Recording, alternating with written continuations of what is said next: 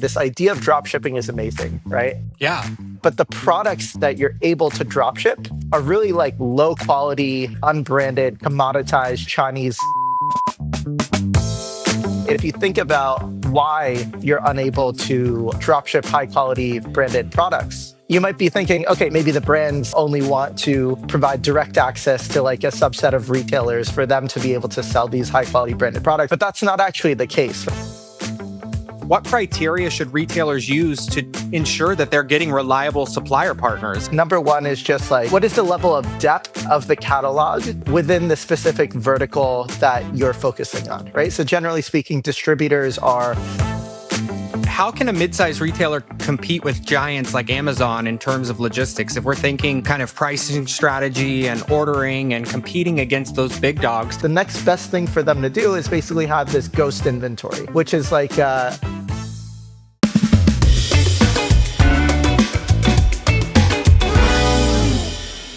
All right. Hey, Rohan, how are you doing today? Jeremy, how we doing? I'm doing great, Rohan. I just have to say, I've done some research on you. I am dying to get into this conversation. You have a goal or a mission here that you want to consolidate the world's inventory. What does that mean? Yeah, for sure. So I think fundamentally, like if you take a step back and think about where products come from, right? And specifically, if you think about the products that you interface with on a day-to-day basis, most of those products are really high quality branded products, whether you're talking about the furniture that, you put your products, your glassware on, whether you're talking about the actual glassware, whether you're talking about your consumer electronics, the TV on your wall, the rug on your floor, the clothing that you wear, like everything that you interact with on a day-to-day basis is generally really high quality and generally branded, right?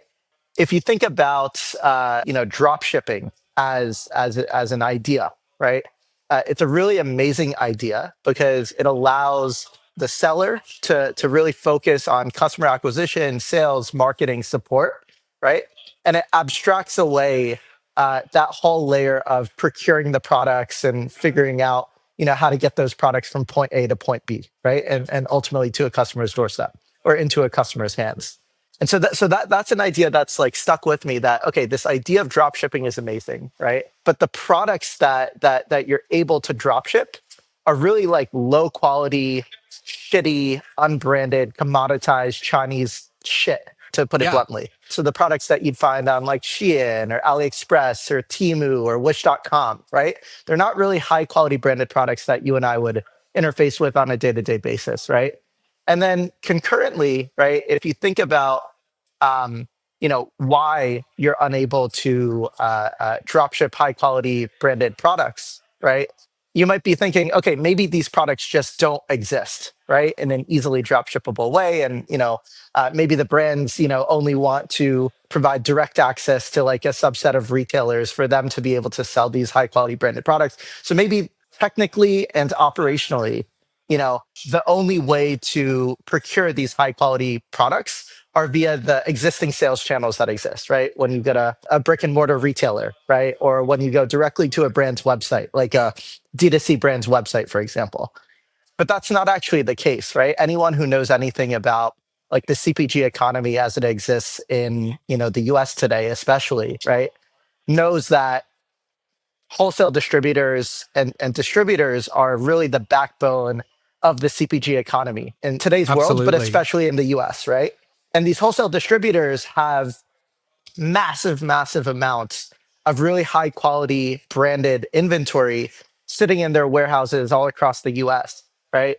And so the question is, okay, if all of these products exist and if the distributors are holding on to the goods, and if you think about a distributor's model, right, they're hyper focused on selling as many of these products as quickly as possible, right? They're optimizing for one KPI, and that's literally just, throughput and flow rate, right? So they want to minimize the amount of time that products are sitting on their shelves, right? They're very much playing a volume game, not a margin game, right? So it's a very low margin, high volume game that they're playing. And that's how they get to, hundreds of millions, billions of, top line GMV on an annual basis. That's really interesting because I've worked in other retailers where we have essentially not received our stock in time, right? And it's through all of these distributors where you're trying to navigate and work through it. And being in a small business, you're trying to understand where it is in your vendor management supply chain, and you just can't figure it out. You have customers waiting for solutions, you have customers waiting for those products, and you're just like, yeah, sorry, they're on the way somewhere. It's So not up I to think me. it's really Yeah. interesting. Yeah, it's not up to me. So this idea has really stuck with us, right? And it's part of our founding, thesis, where it's basically like, okay, drop shipping is great, right? Right now, you're only able to drop ship this really low quality, shitty inventory. But all of this really high quality branded inventory that's based right here in the US also exists. So why aren't you able to drop ship this high quality branded inventory easily, directly to customers, right? And start marketing and selling it in an asset light way, right? And basically abstract all of the, inventory risk, abstract all of the logistical burden out of the equation. And the answer is fundamentally a data problem. And so what I mean by that is the systems that these large scale suppliers and wholesale distributors are using to keep tabs of the inventory that they have on hand are really old and antiquated, right? There are these legacy ERPs that, we've all heard of: NetSuite, SAP, Oracle, right? Microsoft Dynamics. And so they're really good at what they were meant to do when they were first, adopted, which is essentially just to keep tabs on inventory on hand and maybe help with some like internal operational workflows, but they're not very good at exposing that data to third parties and the trading partners who need this data in order to be able to do a bunch of things, whether it's procuring wholesale efficiently, whether it's drop shipping those products. That data layer between these legacy systems and these headless commerce platforms just doesn't really exist in an easy way, right? There are ways to exchange data, and these are very, legacy protocols that are being used right now in today's world to exchange data as well, right?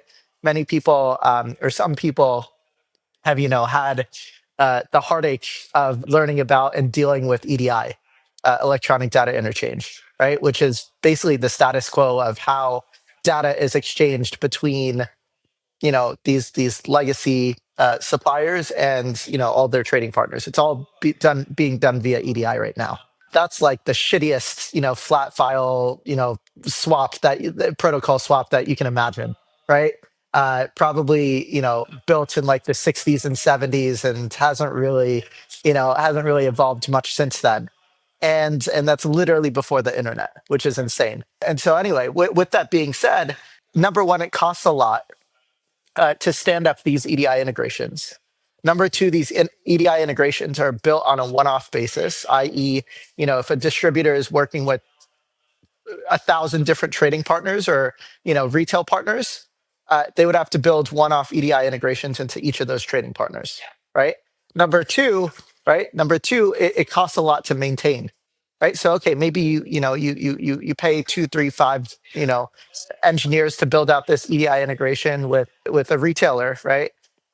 That doesn't mean that it's going to work forever. It's often going down, and there are often issues with those integrations, and so you need an active team to maintain that integration, because Shopify's API is getting updated on a quarterly basis, right? Maybe the schema that you need in order to transact the data back and forth, you need to add another attribute. All of that breaks. These are all breaking changes to the EDI integrations that might be built out. And so my co-founder spent a decade plus in the world of wholesale distribution, logistics, warehousing, and he's one of the sharpest folks that I know. Very cool. Yeah, he was heavily involved in basically the systems integrations challenges of acquiring competitors. And so what I mean by that is the distributor that he was at, it was a company called Alliance Entertainment. He was there for like 10 plus years. They had basically grown in a very inorganic way by basically acquiring a lot of their competitors, right? And so when you're acquiring competitors, you're not just acquiring the assets, you're also acquiring the tech debt, right?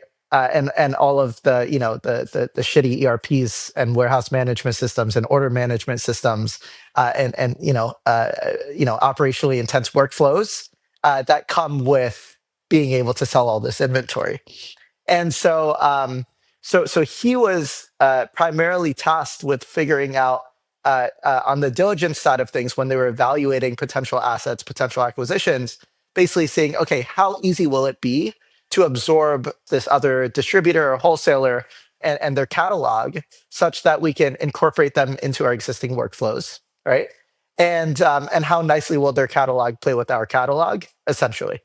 And so he has a really really deep intimate understanding with all of the different types of systems that are keeping tabs on inventory, but then also all of the pain points that exist in doing those integrations. So the two of us, we kind of put our heads together and we figured out, okay, where are the deepest pain points for these large scale suppliers, and why is it so difficult for them to expose this data, right? We basically zeroed in on a few of these things. So again, costs a lot to build, costs a lot to maintain, and all of these integrations are done on a one-off basis, right?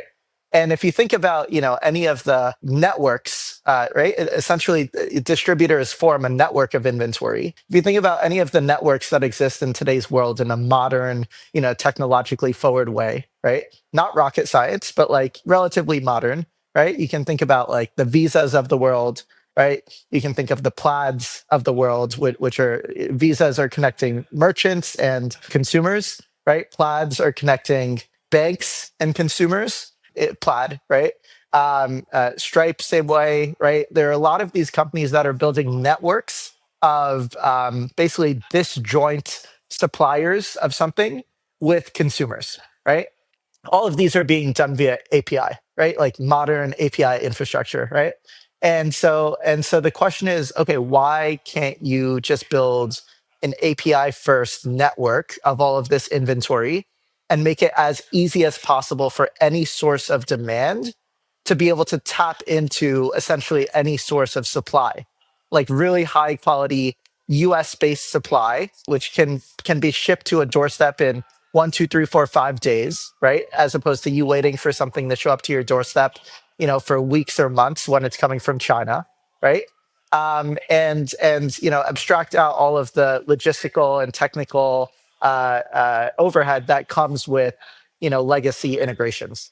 And so that's what we're doing. So we're basically building a network of all of this decentralized inventory across this network of distributors that exists in the US, and we're making it really really really seamless to tap into all of that data, whether it's inventory data, product metadata, order data, customer data, pricing data. And then on the other side, obviously, we do full, we're helping with, piping back fulfillment data and things of that nature as well.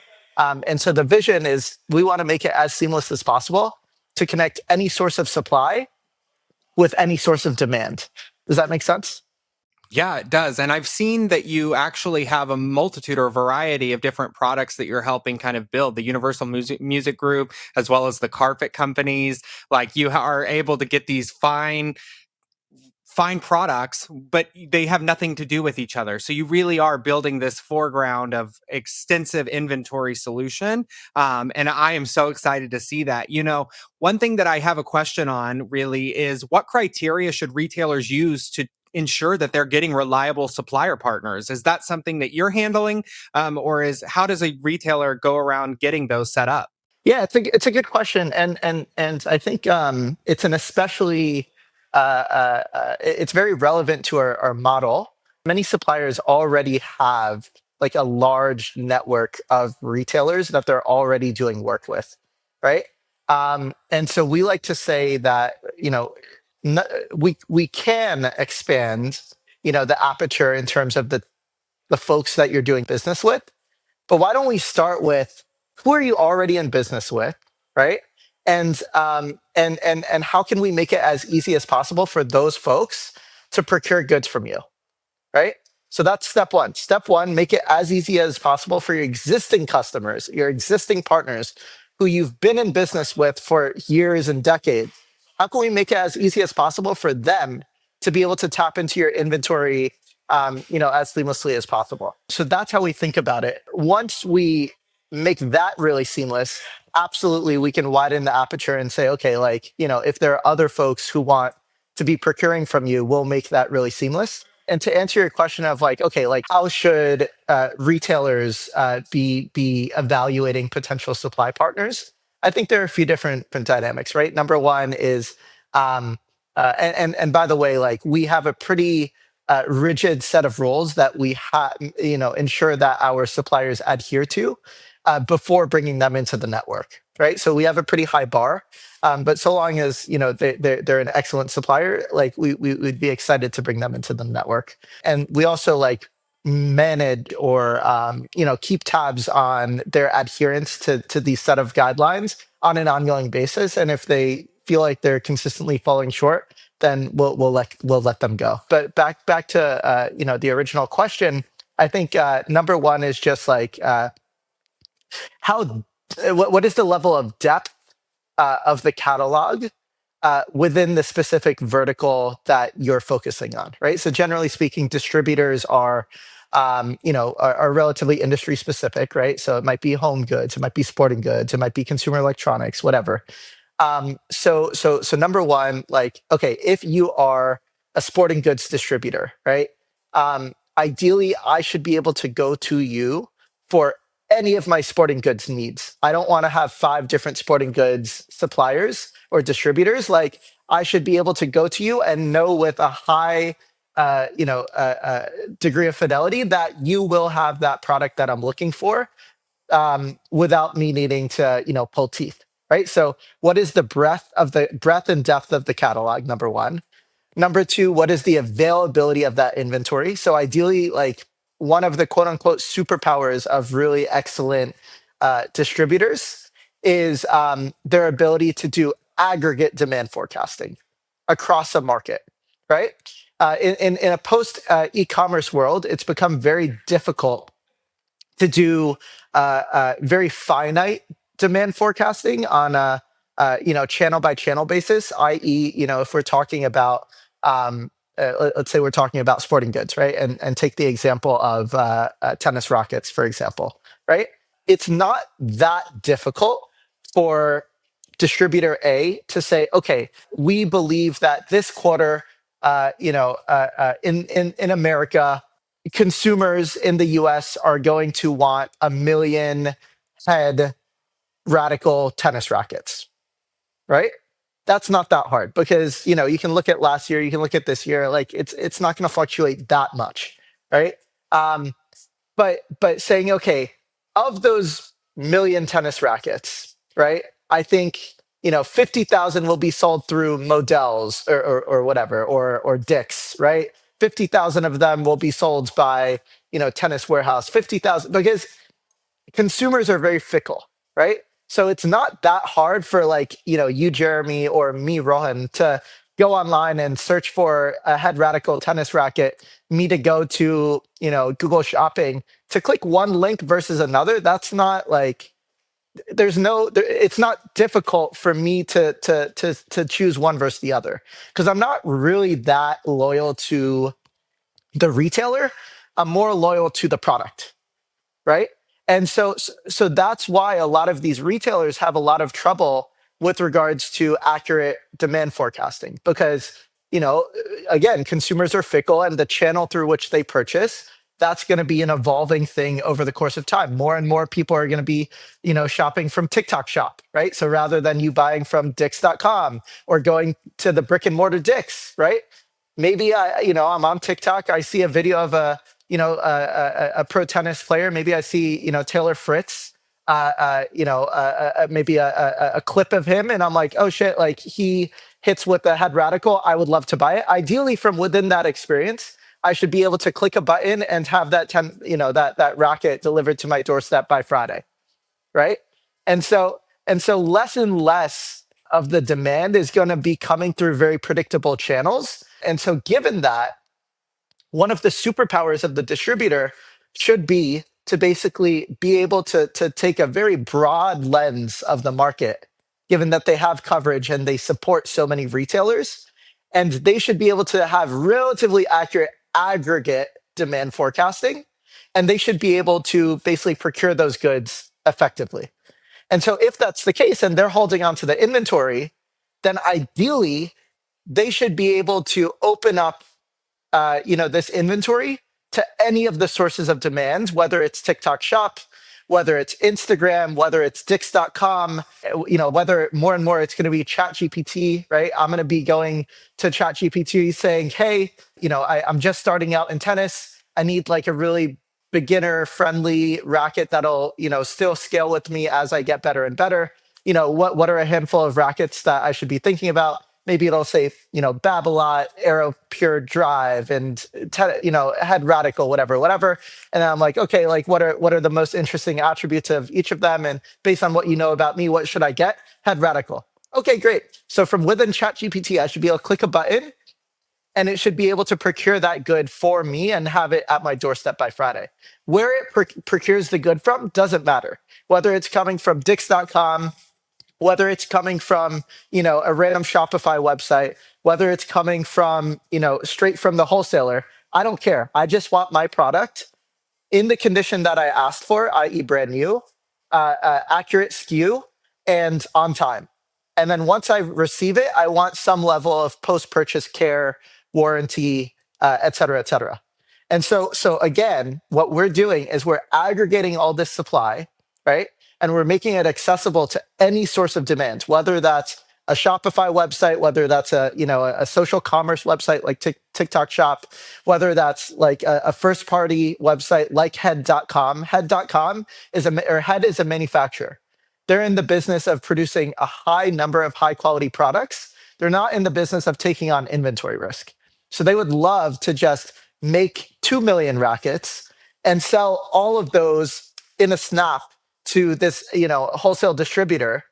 And then as traffic gets driven to Head.com, they would love to be able to pick that up in a consigned manner and very quickly drop ship it to a customer without them needing to take on the inventory risk, right? And so anyway, back to what we were saying. So breadth and depth of SKU catalog, right? Availability of SKU, so accurate aggregate demand forecasting and inventory availability. Obviously, pricing is a component of that. And then I think more and more, especially in this day and age in a post-COVID era, I think the last thing is really, are you able to do all of the value-added services, which I'm expecting? And in many cases, that means, are you able to pull a single product off of a pallet and ship that single product directly to a doorstep, i.e., dropship? If the answer is no, more and more retailers are saying, okay, I don't want a distributor or a wholesaler that's only able to send me pallets. I need a distributor that can also, do onesies and twosies and loose pick, pack, ship and other value-added services. And part of those value-added services are, I also need someone who can give me real-time inventory, so I know that the customers that I'm acquiring, right, assuming I'm acquiring them via dropship, they're not going to be unhappy because I don't have to send them an email 2 days later saying, sorry, we sold you a product that we don't actually have and that we can't actually get to your doorstep, right? So inventory, real-time inventory data availability is super, super important, as this layer of basically inventory and all of the operational burden that comes with it becomes more and more abstract. Does that make sense? Yeah, no, that makes perfect sense. And, it kind of takes me to my next question, though. So, how do you identify what SKUs are worth adding from a supplier's catalog and which will just collect dust? If we're doing drop shipping, I think it kind of removes that, but I'd love to hear your elaboration on that. Yeah, it's a good question. So I think we like to think of ourselves as plumbers, like really, really highly sophisticated plumbers. And all we do is we ingest the data, we normalize it, and then we pipe it out wherever that data needs to exist. Right. And so my point in saying that is we believe that the distributors will be pretty good at ascertaining the right SKU assortment. And they're also pretty good at adhering to the brand guidelines of the folks that they're procuring goods from. and ensuring that the products are being sold via the channels that their supply partners, so the brands and the manufacturers, prefer. Right. In that same vein, we have something that we call an assortment by channel dashboard, or an assortment by channel platform, which allows distributors to open up very specific subsets of their aggregate catalog to specific trading partners. So it's not like every trading partner gets access to the entire library of products, nor do they gain access to the entire library of products at the same price, or get access to the same buckets of inventory. And so what a lot of our supply partners do is they have very specific pricing rules, in terms of offering favorable pricing to some of their retail partners, and standard pricing to others, just given the nature of their relationship. And then same thing, like they might have like secret stores of inventory, that they only open up to their super premium customers, where they have like a very long standing relationship. And so yeah, we can edit which products, how many products, what price those products are being sold to, from the distributor to the retailer, literally on a retailer by retailer basis. Does that make sense? Yeah, it does. But how can a mid-sized retailer compete with giants like Amazon in terms of logistics? If we're thinking kind of pricing strategy and ordering and competing against those big dogs, how can a small business owner kind of compete with that? Yeah. So I mean, when you think about Amazon, right? Amazon, I mean, just off the bat, they're taking 20, 30+% of a haircut on every order, right? And so, some people say, if you don't want to compete, you should partner. But if you're partnering, you're already taking a pretty healthy haircut off of every dollar that you're earning via the Amazon channel, right? And so, if you're not okay with that, which many folks are not okay with that, then you ideally want to spin up your own first party channel, right? And so then, okay, fine, you spin up your first party channel, your website, or your storefront on some platform other than Amazon. Um, what is Amazon really amazing at? Well, I think everyone in this room, or everyone would generally agree that their customer experience is amazing, right? And I think that's their biggest superpower. And so if you boil down what is a customer experience, it's a few things. Number one, it's again, uh, uh, uh, availability of inventory, right? So if you want something, you can have a relatively high degree of confidence that Amazon will have it and it will be in stock, right? That's number one. Number two, you know that the pricing you'll be getting there is favorable, relatively favorable. Um, uh, Sometimes it'll be premium, but a little bit of a premium, but relatively favorable. Um, Number three, you want to make sure that when you order a product, that you're getting it as soon as possible, right? Amazon's really good at getting things to doorsteps within a day, sometimes in hours, right? But definitely within 1, 2, 3, 4 days, right? Um, and that's something that we're very cognizant of. Shipping times matter a lot from an experience standpoint. And then the fourth thing is post purchase care, customer support, things of that nature. So if something goes wrong or whatever, you're covered, right? And so we thought about those four things, and we're like, okay, how can we, help small retailers offer an Amazon-like experience, right?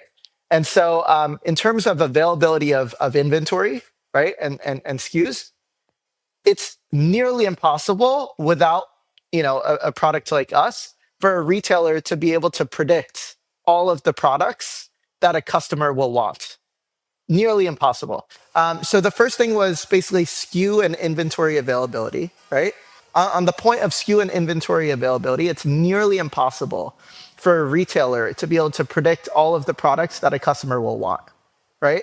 And it's also nearly impossible for a retailer to be able to stock all of those products, right? And so they're never going to win when Amazon has everything. They're never going to win, if they're having to stock all of these products.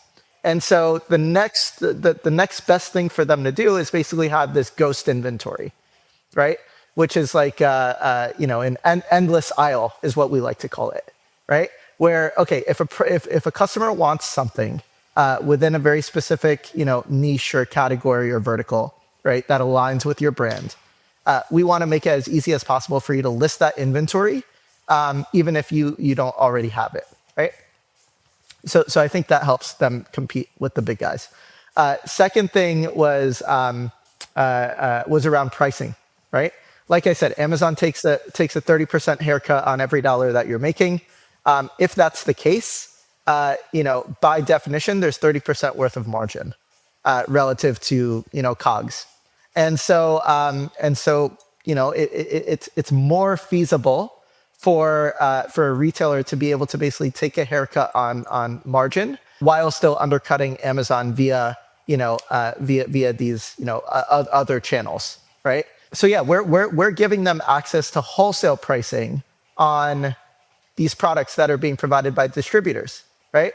And then so it's basically wholesale pricing plus some level of storage pick pack ship tacked onto that. But Amazon also charges for storage pick pack ship via their like FBA channel, right? So on an apples to apples comparison, you're actually making more and you have more room to undercut when you're selling via our channel, right? Let's call it Shopify or whatever you want to call it, right? And then the last thing is focused around delivery times, right?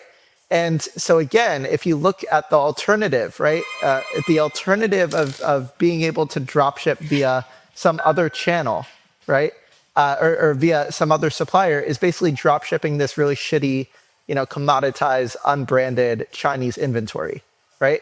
That takes weeks or months to show up to a doorstep. All of this inventory is sitting right here in the US, and many of the distributors have inventory in the same regions that Amazon has their large distribution centers, right?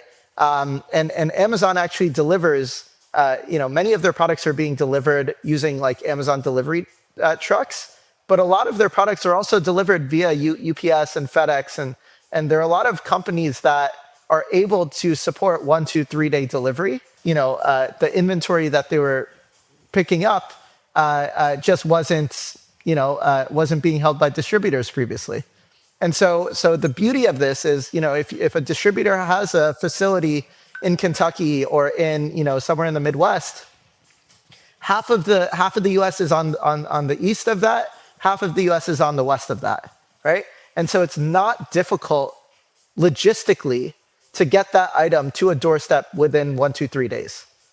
And so we're trying to make it as easy as possible for retailers to compete with the likes of Amazon in terms of service, in terms of product availability, in terms of delivery timeline, and in terms of basically being able to curate a catalog that aligns with the brand and the brand that they're building. Does that make sense?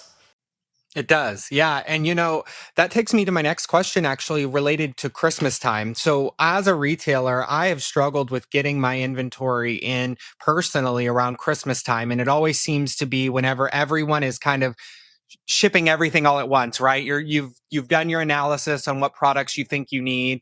You're starting to dive into the actual selling process and you realize, oh no, I'm missing some of my products. How can you as a shipper kind of allow or advocate for supply chain to get to the right place? So does that make sense, that question?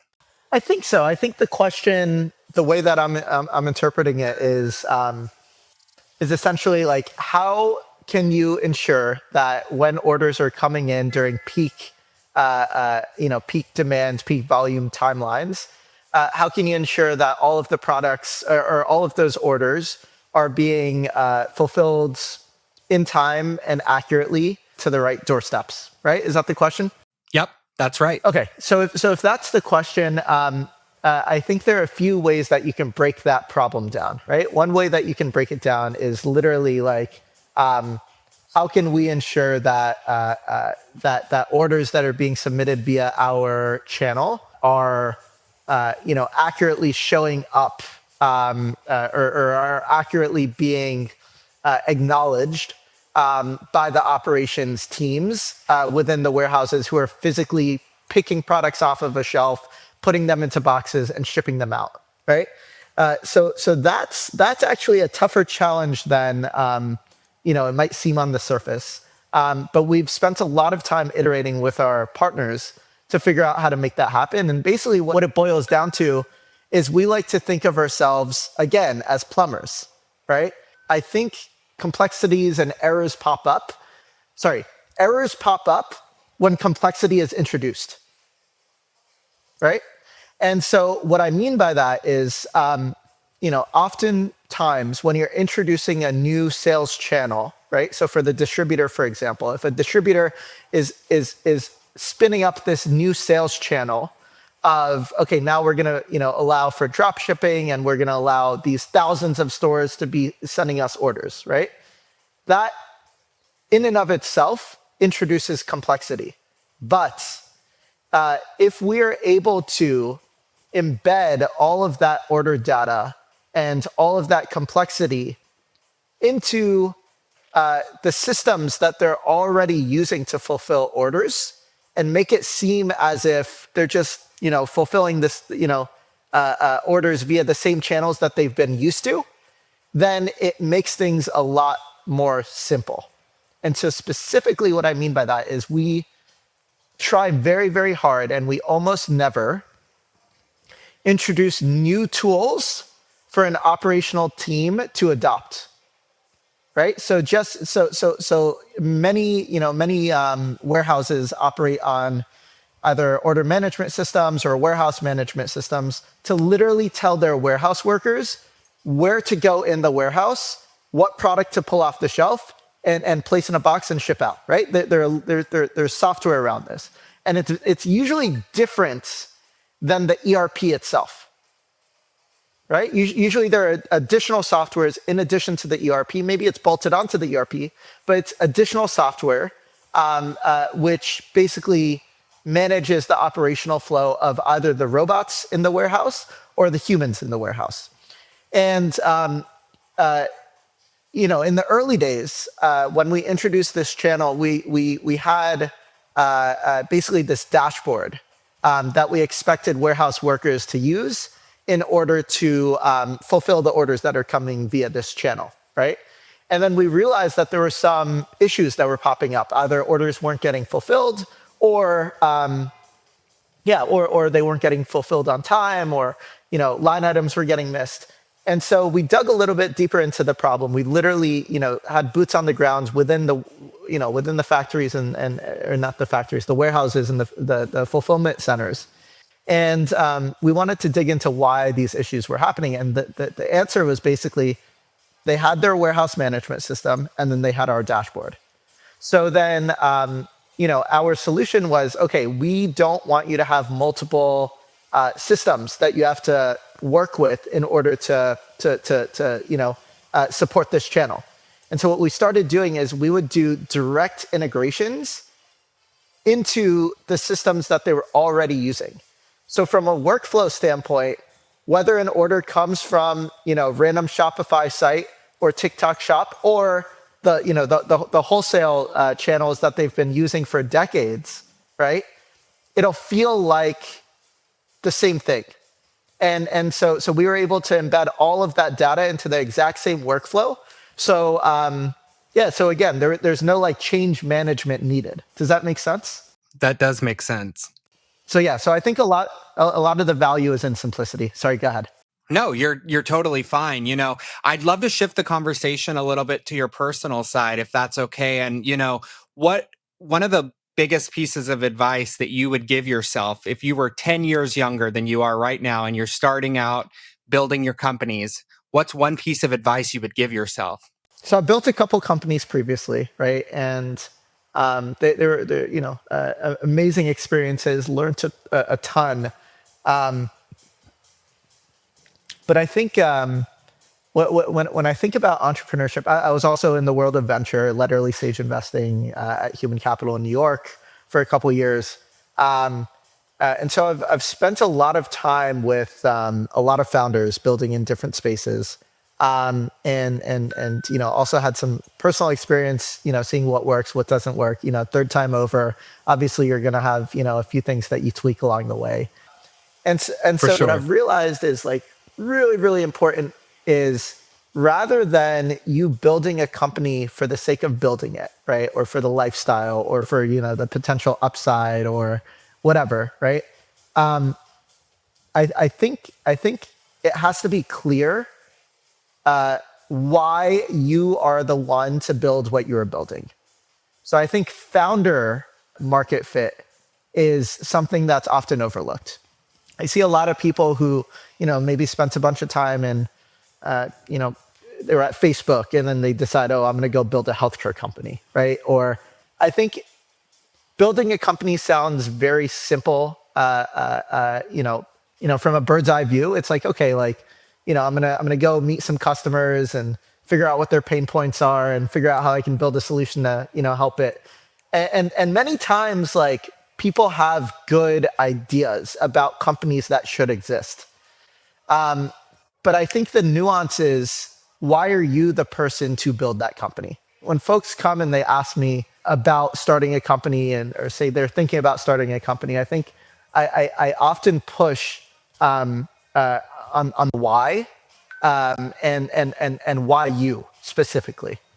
So some level of like really deep, a deep industry specific insight is really, really needed for like a generational company to be built more and more, right? Obviously, there are the anomalies where the outsider comes in and they have a different lens, and maybe they're able to scale with product led growth like very quickly. But I think that that's a unicorn, like that's literally a unicorn. But it's also like very rare, right? And so from a repeated success standpoint, what I've seen work over and over and over is someone who is deep in the trenches, literally boots on the ground within whatever industry that they're trying to, disrupt or, improve. They see this pain point over and over and over, and it's just clawing at them about why isn't this better? And so anyway, so that's one thing. And then another thing is just like, I think, I think a lot of people have a lot of opinions, and sometimes those opinions are valid, but many times those opinions are just that, they're just opinions. And I don't think you can really, I don't think you can really,